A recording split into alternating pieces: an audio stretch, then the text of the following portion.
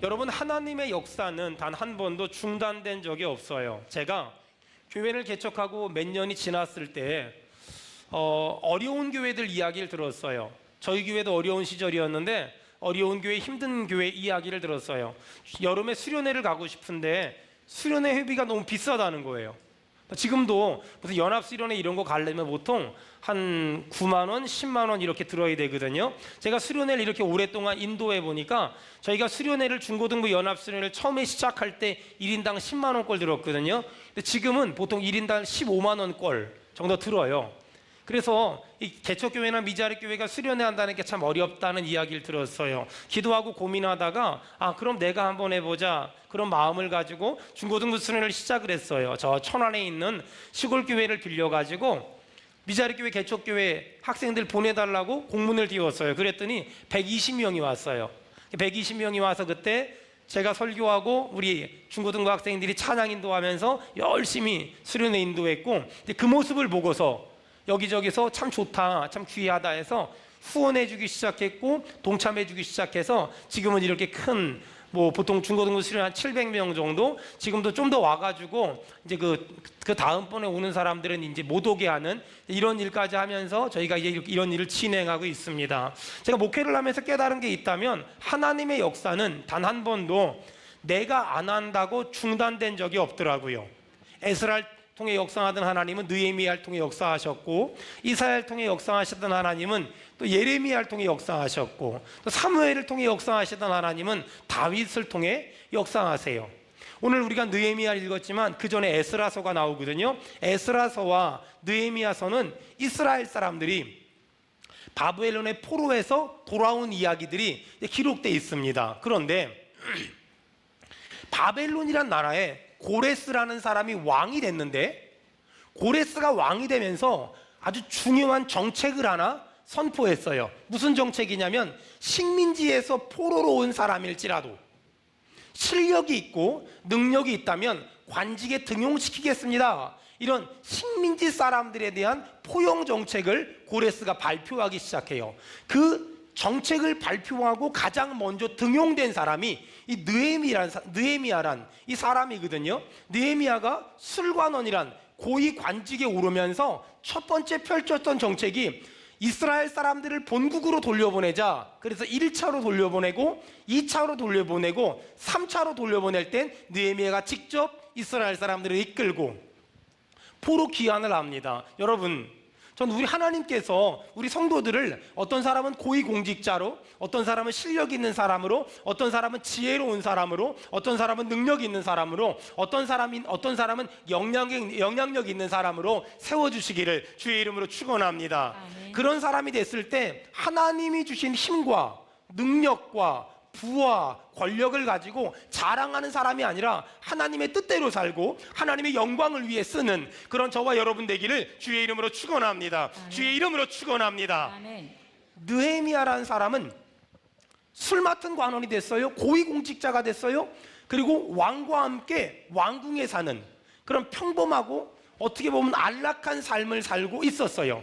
그런 느헤미야에게 내 조국 이스라엘에서 한 사람이 찾아왔어요. 그리고 내 나라가 망해간다, 내 조국이 불타간다 라는 말을 들었어요. 성경 보겠습니다. 1장 3절 다 같이 읽겠습니다. 시작. 그들이 내게 이르되 사로잡힘을 면하고 남아있는 자들이 그 지방 거기에서 큰 환난을 당하고 능욕을 받으며 예루살렘 성은 허물어지고 성문들은 불탔다 하는지라. 자, 지금 느헤미야는 왕과 함께 수산궁에 있으면서 술 맡은 관원장이라는 고위 관료로 편안하게 평범하게 살고 있었어요. 그런데 내 조국이 망해간다는 이야기를 들었어요. 환난을 당하고 있고 능욕을 받으며 성이 무너지고 성문들이 불탔다 하는 말을 들었어요. 그 말을 들었어요. 여러분, 그 말을 들었을 때 느헤미야의 반응은 울며 금식하며 기도했대요. 하지만 냉정하게 생각해보면 지금 나는 저 다른 나라에 고위 관료로 살고 있어요. 나라를 떠난 지가 오래됐어요. 그러면 내 나라가 망해간대요. 그 말을 듣고 꼭 울어야 될까? 꼭 가슴 아파야 될까? 꼭 힘들어야 될까? 저는 아닌 것 같아요. 그 정도 오래 떠나가 있었다면 내 나라가 망한데, 내 나라가 힘들대, 그러면 뭐 기분 좋은 소식은 아니지만 그렇다고 그런 것들이 나를 울릴 만큼의 그렇게 대단하게 중요하다고 여기진 않았을지도 몰라요. 하지만 봐봐요. 느헤미야는 내 조국이 망해간다는 말을 듣고 울었어요, 슬퍼했어요, 금식했어요, 기도했어요. 여러분, 우리 주변에 어떤 사람이 힘들대요, 어렵대요, 아프대요, 망했대요, 병들었대요, 넘어졌대요, 쓰러졌대요. 여러분은 그런 말을 들었을 때 어떤 반응을 보이십니까? 아마 대부분의 사람들은 모른 척 할 수 있어요. 또 어떤 사람들은 가슴은 아프지만 그 어떤 액션도 취하지 않을 수 있어요. 또 어떤 사람들은 도와주고 싶지만 내가 능력이 없고 내가 실력이 없어서 난 도와줄 수 있는 게 아무것도 없어 라고 생각하는 사람도 있을 거예요. 여러분, 내가 할 수 있는 게 없다고 하나님도 할 수 있는 게 없는 건 아니잖아요. 내가 할 수 있는 건 없지만 하나님은 할 수 있는 게 있어. 이 믿음을 가지고 하는 걸 기도라고 말해요. 여러분, 우리가 기도하면 하나님이 응답하시며, 우리가 기도하면 하나님이 일하시며, 우리가 기도하면 하나님이 역사하실 줄 믿습니다. 아멘. 내가 할 수 있는 게 없지만 하나님은 하실 수 있는 게 있을 거야. 이 믿음을 가진 사람만 기도라는 걸 알 수 있어요.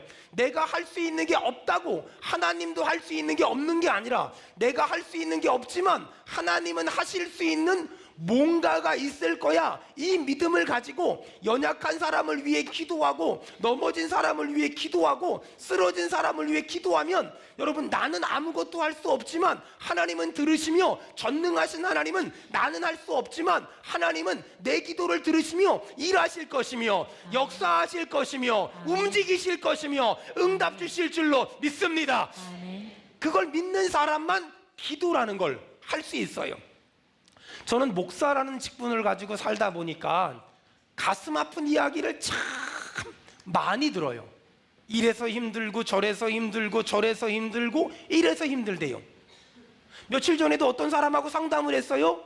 어떤 목사님하고 상담을 했는데, 교회 개척을 했는데 월세를 못 내서 알바를 나갔다가 교통사고를 내서 지금 구치소에 수감돼 있대요. 그 말을 듣고 너무나 마음이 아팠어요. 그리고 일단 급한 것 좀 해결하려고 어느 정도 선교원금을 보내면서 참 많이 마음이 아팠어요. 그분을 위해 기도하는데 가슴이 터질 것만 같고 가슴이 찢어질 것만 같았어요. 교회 월세를 못 내서 그 월세 좀 내보겠다고 밤에 대리운전을 하다가 사고가 났다는 말을 듣고, 그리고 그 합의를 봐야 되는데 그 비용이 없어서 구치소에 수감됐다는 말을 듣고 얼마나 마음이 아프고 얼마나 속상했는지 몰라요. 여러분, 이렇게 제가 목회를 하다 보니까 이런 가슴 아픈 이야기들, 이런 속상한 이야기들, 이런 힘든 이야기들을 많이 들어요. 듣고 나면 내가 도와줄 수 있는 건 한계가 있잖아요. 내가 도와줄 수 있는 건 한계가 있잖아요. 그때마다 다 도와줄 수 있는 능력이 있다면 얼마나 좋아요? 하지만 저나 여러분이나 그때마다 그들을 다 도와줄 수 있는 능력이 저에게는 없어요. 나에겐 그런 능력이 없기 때문에 내가 할 수 있는 게 뭐냐? 나는 그때마다 다 도와줄 수 없지만 내가 믿는 하나님은 전능하신 하나님이기 때문에 내가 기도하면 내가 상상하지도 못했던 방법으로 역사하시며 일하실 줄 믿기 때문에, 우리가 기도하면 하나님이 그들을 찾아가서 도와주실 줄 믿는 사람이 하는 것이 기도인 줄로 믿습니다. 여러분, 기도하기를 바랍니다. 아멘. 기도하기를 바랍니다. 아멘. 기도하기를 바랍니다. 아멘. 믿음의 사람이란 웃는 사람과 함께 웃어주고 울고 있는 사람과 함께 울어주는 것, 그걸 믿음 생활이라고 말하고 그걸 신앙 생활이라고 말해요. 기뻐하는 사람과 함께 기뻐해주고 슬퍼하는 사람과 함께 슬퍼해주는 것, 그걸 믿음 생활이라고 말해요. 저희 수원은혜교회가 누가 잘 된대요.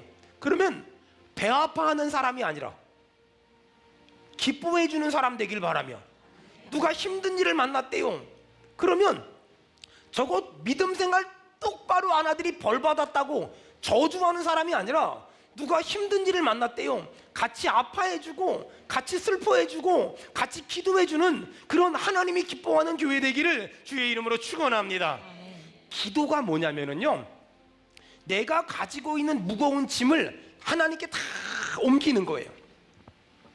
기도는 내가 가지고 있는 무거운 짐을 하나님께 다 옮기는 거야. 그러면 나는 그 일을 해결할 수 없지만 하나님은 그 일을 해결할 수 있어. 이 믿음을 가진 사람만 기도할 수 있거든요. 이 믿음을 가지고 기도하잖아요. 나는 할 수 없지만 하나님은 하실 수 있기 때문에 내가 기도로 무거운 짐을 옮겨 놓으면 하나님은 일하실 것이며 역사하실 것이며 응답 주실 줄 믿습니다. 아멘. 자, 그렇다면 느헤미야가 어떻게 기도했나? 어떻게 기도했나? 자, 성경 보세요. 느헤미야가 어떻게 기도했나? 자, 8절, 9절 다 같이 읽겠습니다. 시작. 옛적에 주께서 주의 종 모세에게 명령하여 이르시되 만일 너희가 범죄하면 내가 너희를 여러 나라 가운데서 흩을 것이요 만일 내게로 들어와 내 계명을 지켜 행하면 너희 쫓긴 자가 하늘 끝에 있을지라도 내가 거기서부터 그들을 모아 내 이름을 두려고 택한 곳에 돌아오게 하리라 하신 말씀을 이제 청하건대 기억하옵소서. 아멘. 자, 느헤미야가 기도를 시작했어요. 자, 이제 중요한 얘기할 거예요. 누군가 힘든 일을 만났을 때 느헤미야가 기도했죠. 힘든 일을 만났다 기도하겠습니다. 어려운 일을 만났다 기도하겠습니다. 병든 것을 만났다 기도하겠습니다. 괴로운 것을 만났다 기도하겠습니다. 자, 느헤미야가 기도했어요. 근데 느헤미야가 이제 한 걸음 더 나아가서 어떻게 기도했냐? 오늘 8절, 9절에 보니까 옛적에 주께서 주의 종 모세에게 명령하여 이르시되 만일 너희가 범죄하면 내가 너희를 여러 나라 가운데 흩을 것이요 너희가 범죄하면 흩을 것이요 9절에 보니까 돌아와 계명을 지키면 너희 쫓긴 자가 하늘 끝에 있을지라도 내가 거기서부터 그들을 모아 내 이름을 두려고 택한 곳에 돌아오게 하리라. 범죄하면 흩을 것이고 돌아와 계명을 지키면 하늘 끝에 있는 사람도 모아줄 거다.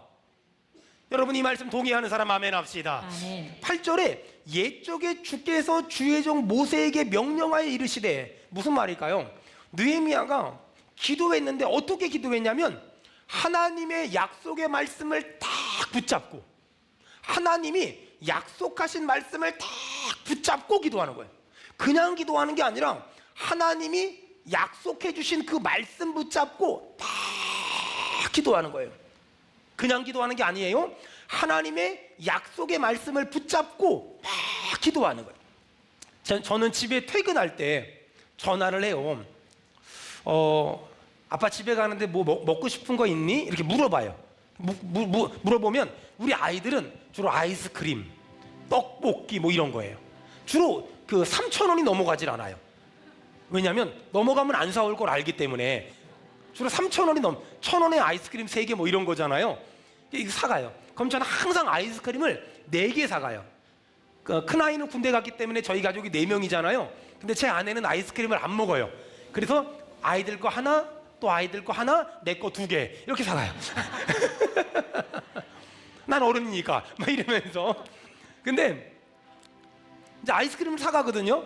근데 이게 늘 머릿속에 생각이 많으니까 저희 교회에서 집에까지 가는데 5분밖에 안 걸리는데 막 걸어가다가 순간 다른 생각하다가 딱 그 약속한 걸 잊어버리고 집에 가버려요. 문을 열고 딱 들어갈 때 애들의 눈이 저를 쳐다보지 않고 제 손을 쳐다보고 있어요. 그러면 아차 해가지고 잠깐 나갔다 올게 그리고 나가서 아이스크림을 사가지고 집에 들어와요. 만약에 제가 약속을 안 했으면 그냥 들어가도 괜찮은데 애들하고 약속이라는 걸 했잖아요. 약속을 했기 때문에 그 약속을 지켜야 되는 거예요. 만약에 제가 안 사갖고 들어가잖아요. 그럼 아빠 아까 사온다 그랬잖아요. 그럼 할 말이 없어요. 여러분 하나님께 기도하는데 하나님 도와주세요. 하나님 살려주세요. 하나님 불쌍히 여겨주세요. 여러분 이런 기도도 괜찮아요. 이런 기도도 하세요. 괜찮아요. 실제로 예전에 저희 목사님은 제가 부교육자 생활할 때 저희 목사님은 기도원 가셔서 하루 종일 아버지 도와주세요. 아버지 살려주세요. 아버지 도와주세요. 이거만 5시간 6시간씩 하시더라고요. 되게 유치하고 저 뭔가 약간 촌스러웠거든요. 근데 지금 제가 그러고 있어요. 철야한다고 교회 나와서 아버지 도와주세요. 아버지 도와주세요. 이러고 있어요. 근데 여기 이 기도에서 조금 더 나아가는 거예요. 하나님이 주신 그 약속의 말씀, 여러분 이 말씀 있잖아요. 이거 이 성경 말씀을 딱 붙잡고 기도하는 거예요. 구하라 주실 것이요, 찾으라 찾을 것이요, 두드리면 열린다고 성경에 약속하셨으니, 여러분 구약, 신약이잖아요. 약이라는 게 약속의 말씀이라는 거거든요. 이게 하나님이 우리하고 약속을 한 거거든요. 그러니까 이 말씀에 근거해서 구하면 주신다고 말씀하셨고, 찾으면 찾는다고 말씀하셨고, 두드리면 열린다고 말씀하셨사오니, 주여 내가 구하고 찾고 두드리옵나니 내 문제를 해결해 주시고 내 기도에 응답해 주시옵소서. 아멘. 이 약속의 말씀을 딱 붙잡고, 약속의 말씀을 딱 붙잡고 기도하면 하나님이 본인이 약속하신 것이기 때문에 꼼짝없이 들어주신단 말이에요. 여러분 집집마다 아들 딸들 있잖아요. 옛날에는 걔네가 없으면 죽을 것 같았는데 요즘에는 걔네들이 없어서 하는 얘기인데 걔네가 있어서 죽을 것만 같아요. 뭐 그런 애들이 집집마다 꼭 하나씩 있어요. 많진 않아요. 꼭 하나씩 있거든요. 하여간 집에 없으면 집 안에 있어요. 그리고 집에 없으면 나중에 걔가 그 말 잘 듣는 애가 그렇게 될 예정이에요. 근데 신기한 건 막 사춘기를 아이들이 걷고 그러잖아요. 그럼 애들이 내 아들 같지가 않고 내 딸 같지가 않아요.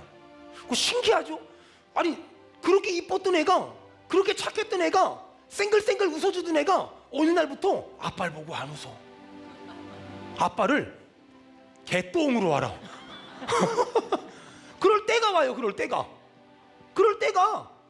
여러분 그러면 기도해야 돼요. 하나님 의인의 자손은 절대로 망하지 않는다고 하셨사오니 얘가 학교를 그만둔대요. 얘가 학교를 때려친대요. 왜 그만둔다고 물어봤더니 선생님이 싫다 그러고 뭐가 싫다 그러고 뭐가 싫다 그래요. 나는 그렇게 말하는 질 싫은데요. 하나님 그런데요, 이런데 이런, 하나님 이런데요. 하지만 하나님 그 아이가 지금 이런데요 저런데요 라고 말하지만 주님 성경에 말씀하셨죠. 의인의 자손은 걸칙함을 당하지 않는다고 말씀하셨고 의인의 자손은 천대가 잘 된다고 말씀하셨사오니 하나님 그 아이의 능력과 상관없이 하나님 복을 주시옵소서. 아멘. 여러분 하나님의 약속의 말씀 다 붙잡고, 여러분 우리 교회는 장애 친구들도 있잖아요. 이 아이들 맨날 엄마 아빠들 기도가 그거거든요. 하나님 나 죽으면 얘네 어떻게 해요? 여러분 절대로 현실은 여러분의 걱정하고 고민하는 게 맞는데 성경이 뭐라 그래요? 믿음의 자식은 천대가 잘 된다 그러죠. 여러분의 자녀는 그 아이의 능력이나 기능과 상관없이 하나님이 복 주실 줄 믿습니다. 그게 우리의 믿음이에요. 여러분 어떻게 기도해요? 이 성경을 딱 붙잡고 약속의 말씀을 딱 피고 기도해요. 목사님 저는 오늘 처음 예수 믿어서요 약속의 말씀이 뭔지 잘 몰라요. 그러면은요 여러분 제가 가르쳐 드릴게요. 이렇게 작년에 송구영신 예배 때 이렇게 준 약속의 말씀도 있어요. 이걸 붙잡고 기도하든 아니면 여러분이 큐티하는 걸 가지고 기도하든, 아니면 제가 여러분한테 오늘 다시 약속의 말씀을 하나 가르쳐 드릴게요. 작년 12월 31일 날 송구영신 예배 때 2018년도에 우리 성도들에게 또 우리 교회에 하나님이 여호와의 영광이 임하는 해가 될 거라고 이사야 60장을 설교했어요. 오늘 여러분 잊어버렸다면 다시 이사야 60장 말씀을 붙잡으세요. 그리고 한번 펴보세요. 이사야 60장 다시 이 말씀 붙잡고 주님 이사야 60장의 은혜가 나에게 임하게 도와주시옵소서 기도하세요. 제가 작년 12월 31일 날 주님 2018년도엔 이사야 60장의 은혜, 여호와의 영광이 임하는 해가 되라고 제가 설교했거든요. 일어나 빛을 발하라. 이는 내 빛이 이르렀고 여호와의 영광이 내 위에 임하였느니라 쭉 나와요. 자, 여호와의 영광이 임하면 어떻게 되냐? 4절 다 같이 읽겠습니다. 시작. 내 눈을 들어 사방을 보라. 무리가 다 모여 내게로 오느니라. 내 아들들은 먼 곳에서 오겠고 내 딸들은 안기어 올 것이라. 무리가 다 모여 내게로 오느니라. 아들들이 먼 곳에서 오겠고 딸들은 안기어 올 것이라. 여러분 우리 가운데 이런 사람 없어요? 아들이랑 딸이랑 같이 사는데 아들의 마음이 엄마로부터 멀어졌어.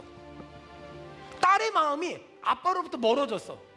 자녀의 마음이 부모님으로 멀어졌어. 여러분 2018년도에 남은 기간 동안 여러분 자녀들의 마음이 부모님의 마음으로 돌아오기를 주의 이름으로 축원합니다. 여러분도 5절 보세요. 시작. 그때 내가 보고 기쁜 빛을 내며 내 마음이 놀라고 또 화창하리니 이는 바다의 부가 내게로 돌아오며 이방 나라들의 재물이 내게로 옴이라. 요즘에 물질 때문에 고생하시는 분들 5절에 바다의 부가 내게로 돌아오며, 여름 휴가를 바다로 한번 가보세요. 돈 주실 거예요. 바다의 부가, 진짜 가지 말고요. 바다의 부가 내게로 돌아올 것이며 이방 나라들의 재물이 내게로 돌아옴이라. 또 6절에 보니까 시작. 허다한 낙타 미디안과 에바의 어린 낙타가 내 가운데 가득할 것이며 스바 사람들은 다 금과 유황을 가지고 와. 아멘. 허다한 낙타 미디안과 에바의 어린 낙타가 내 가운데로 가득할 것이며 스바 사람들이 금과 유황을 가지고, 여러분 이 복이 임하길 축원합니다. 아멘. 또 7절 봅시다. 시작. 게달의 양 무리는 다 내게로 모일 것이요 느바요스의 순양은 내게 공급되고 내 재단에 올라 기꺼이 받음이 아멘. 되리니. 대달의 양무리가 내게로 모일 것이고 느바요스의 순양이 공급될 것이고 내 재단에 올라 기꺼이 받음이 되리니 내가 내 영광의 집을, 하나님이 우리 집을 영화롭게 하여 주실 줄 믿습니다. 아멘. 자, 8절 시작. 저 구름같이 비둘기들이 그 보금자리로 날아가는 것 같이 날아오는 자들이 누구냐. 여러분의 가정으로, 여러분의 사업장으로 구름같이 비둘기같이 그 보금자리로 날아오는 것 같은 은혜가 있을 줄 믿습니다. 아멘. 여러분 마지막으로 9절 시작. 곧 섬들이 나를 앙망하고 다시스의 배들이 먼저 이르되 먼 곳에서 내 자손과 그들의 은금을 아울러 싣고 와서 내 하나님 여호와의 이름에 드리려 하며 이스라엘의 거룩한 예기에 드리려 하는 자들이라. 이는 내가 너를 영화롭게 하였음이니라. 아멘. 섬들이 앙망하고 다시스의 배들은 무역하는 배들이거든요. 먼저 이르되 먼 곳에서 내 자손과 그들의 은금을 아우러 싣고 와서 내 하나님 여호와의 이름을 드리려 하며 쭉 나오잖아요. 여러분 오늘부터 다시 기도하세요. 주님, 나에게 이사야 60장의 은혜가 임하게 도와주시옵소서. 우리 모든 성도들에게 3층에 4층에 영상으로 예배드리는 모든 성도들에게 이사야 60장의 은혜가 임할지어다. 아멘. 임할지어다. 아멘. 임할지어다. 아멘. 하나님의 말씀을 딱 붙잡고 기도하는, 그냥 기도하는 게 아니라 하나님의 말씀을 딱 붙잡고 기도하는. 여러분, 저는 목회를 하면서 너무 이런 기적을 많이 경험했어요. 세상에 파장동에서 여기 지금 정자동으로 이사를 와야 되는데, 와야 되지? 와야 될까? 말아야 될까? 와야 될까? 말아야 될까? 막 고민하는데 하나님이 신명기 8장을 기억나게 하시는 거예요. 그래서 깜짝 놀래가지고 신명기 8장을 펼쳤는데 거기 뭐라고 써있냐면, 네가 사지 아니한 물건을 쓰게 될 것이며 네가 짓지 아니한 집에 들어가 살게 될 것이며 네가 만들지 않은 물건을 쓰게 될 것이며, 이런 말이 쭉 있는 거예요. 여러분, 이 예배당 제가 만들지 않았는데요, 저희가 쓰게 됐잖아요. 하나님의 말씀이 그대로 이루어졌잖아요. 여러분 지금도 하나님 말씀을 붙잡고 기도하면 말씀대로 하나님이 내 가정에 기적 같은 일들을 행하실 줄 믿습니다. 여러분, 그러니까 하나님의 말씀을 붙잡으세요. 그리고 하나님 약속하셨죠. 신약, 구약 약속하셨죠. 그러니까 들어주세요. 그러니까 응답해 주세요. 그러니까 도와주세요. 여기요, 지금 느헤미야 1장 8절에 9절에요, 내가 불순종하면, 범죄하면 흩으시고 내가 순종하면 다 모아주신다고 말씀하셨지요. 주님, 이제는 순종하며 살 테니까 그동안 흩어졌던 사람들이, 흩어졌던 가족들이, 흩어졌던 믿음의 동역자들이 다 돌아오게 도와주시옵소서. 여러분, 이렇게 하나님의 말씀을 딱 붙잡고 기도하는, 다니엘서 12장에 많은 사람을 옳은 길로 인도하는 사람은 하늘의 별처럼 빛나게 해주신다고 약속하셨으니, 주님, 이 사람도 내가 전도했고 저 사람도 내가 전도했잖아요. 많은 사람을 옳은 길로 인도하면 별처럼 빛나게 해주신다고 말씀하셨사오니 그 말씀이 내 삶에, 내 자녀 가운데, 내 남편의 인생 가운데 일어나게 도와주시옵소서. 말씀 붙잡고 다 기도하는 거예요. 야고보서 보니까는요, 믿음의 기도는 병든 자를 일으킨다고 말씀하셨사오니, 주님, 남편이 아파요, 아내가 아파요, 자식이 아파요, 믿음의 기도는 병든 자를 구원한다고 하셨사오니 믿음의 기도를 하니, 주님, 내 아들의 병을 고쳐주시고 내 딸의 병을 고쳐주시고 내 남편의 병을 고쳐주시고 내 연약함을 고쳐주시옵소서. 예수님의 이름으로 명하노니 모든 질병이 떠나갈지어다. 이렇게 하는 거예요. 말씀 붙잡고 다 기도하는 거예요. 마가복음에 보니까 믿는 자들에겐 이런 표적이 따르니, 너희가 내 이름으로 귀신을 내쫓으며 새 방언을 말하며 어떤 독을 마실지라도 해를 받지 아니하며 병든 자에게 손을 얹은 즉 난다고 말씀하였사오니 그 믿음을 가지고 손 얹고 기도하옵나니 모든 질병이 떠나갈지어다. 여러분, 하나님의 말씀을 딱 붙잡고 간절히 기도해 보세요. 하나님의 말씀을 딱 붙잡고 간절히 기도해 보세요. 정말 놀라운 일이 생긴다니까요. 내 기도가 열심히 있어서 응답이 있는 게 아니에요. 내 기도가 능력이 있어서 응답이 있는 게 아니에요. 내 기도를 들으시는 하나님이 능력이 있으시기 때문에 기적이 일어나는 거예요. 내 기도를 들으시는 분이 능력 있잖아요. 여러분 오해하지 마세요. 내가 열심히 기도했더니 응답받았습니다. 내가 철야했더니 응답받았습니다. 내가 금식했더니 응답받았으면 다 가짜예요. 내가 아니에요. 내 기도를 들으시는 하나님이 참 좋으신 분이기 때문에 지금도 응답을 주십니다. 내 기도를 들으시는 분이 전지하시고 전능하시기 때문에 지금도 내 기도에 응답하십니다. 아멘. 여러분 이렇게 느헤미야가 이스라엘이 망해간다는 소식을 듣고 간절히 하나님의 말씀을 붙잡고 기도했어요. 어떤 일이 벌어졌냐? 느헤미야 1장 11절.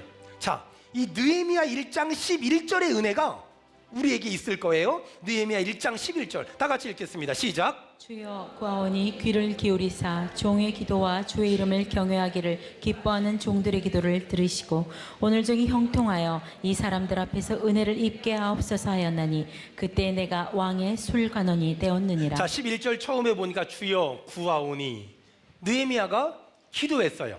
맨 밑에 마지막에 그때에 느헤미야가 기도했더니 어떻게 됐어요? 그때에 내가 왕의 술관원이 되었느니라.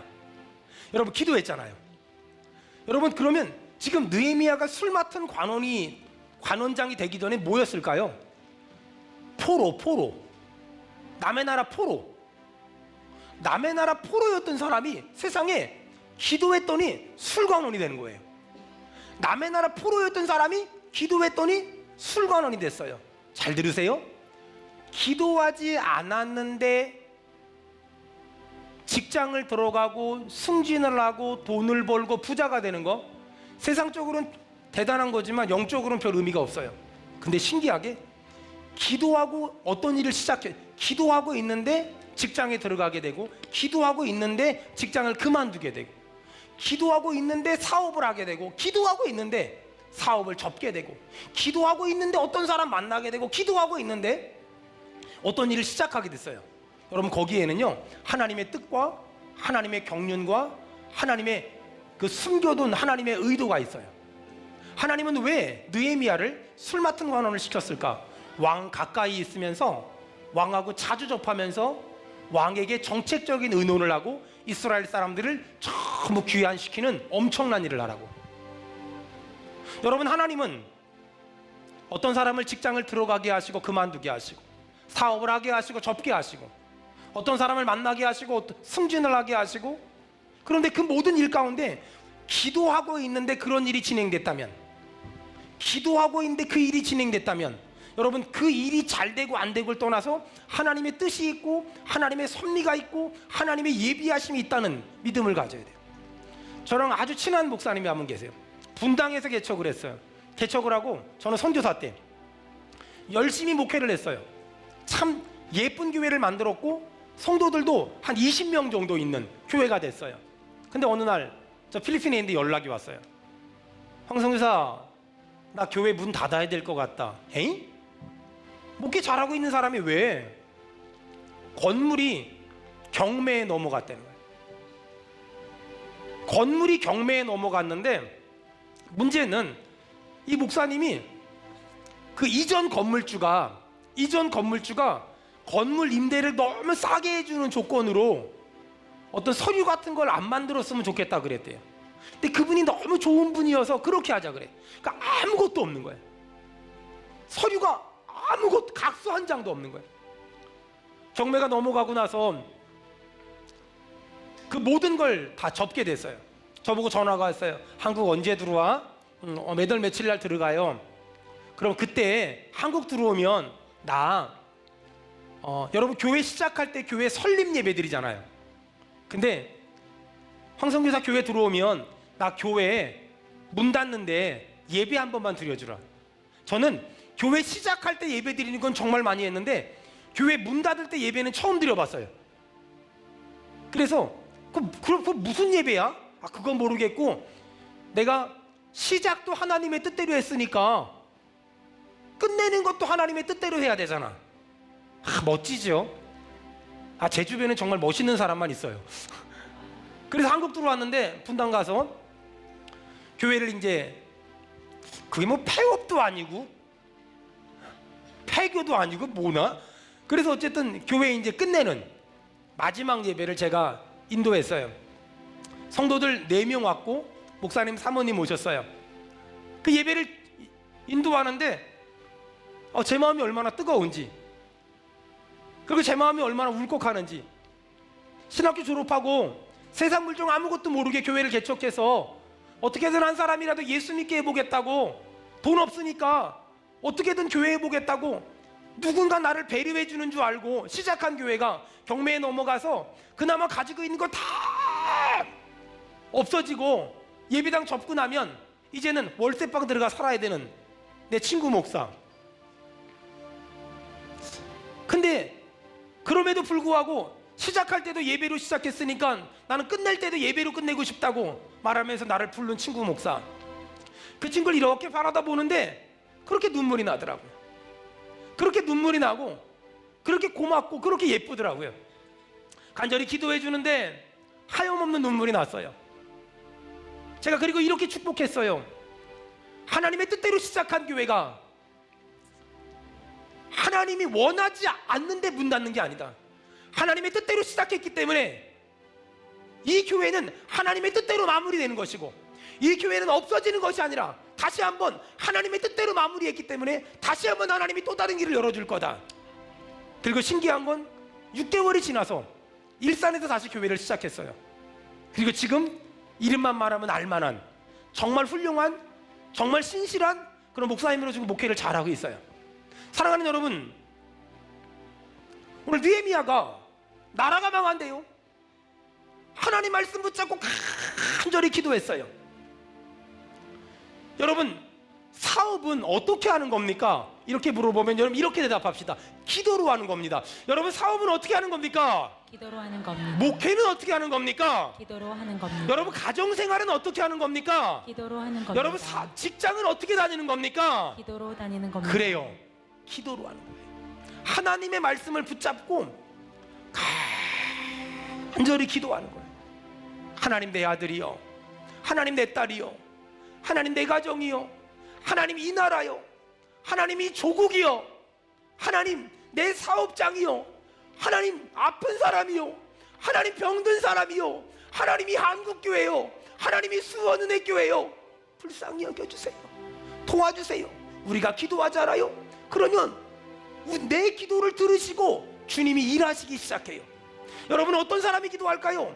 나는 이 문제를 해결할 수 없고 나는 이 일을 해결할 수 없지만 내가 믿는 하나님은 이 문제를 해결할 수 있고 이 일을 해결할 수 있다는 믿음을 가진 사람만 기도할 수 있잖아요. 여러분, 이 믿음 있는 사람을 하나님은 찾으시며 하나님은 믿음 있는 사람의 그 믿음만큼 지금도 일하시며 역사하시며 응답 주시며 도와주실 줄 믿습니다.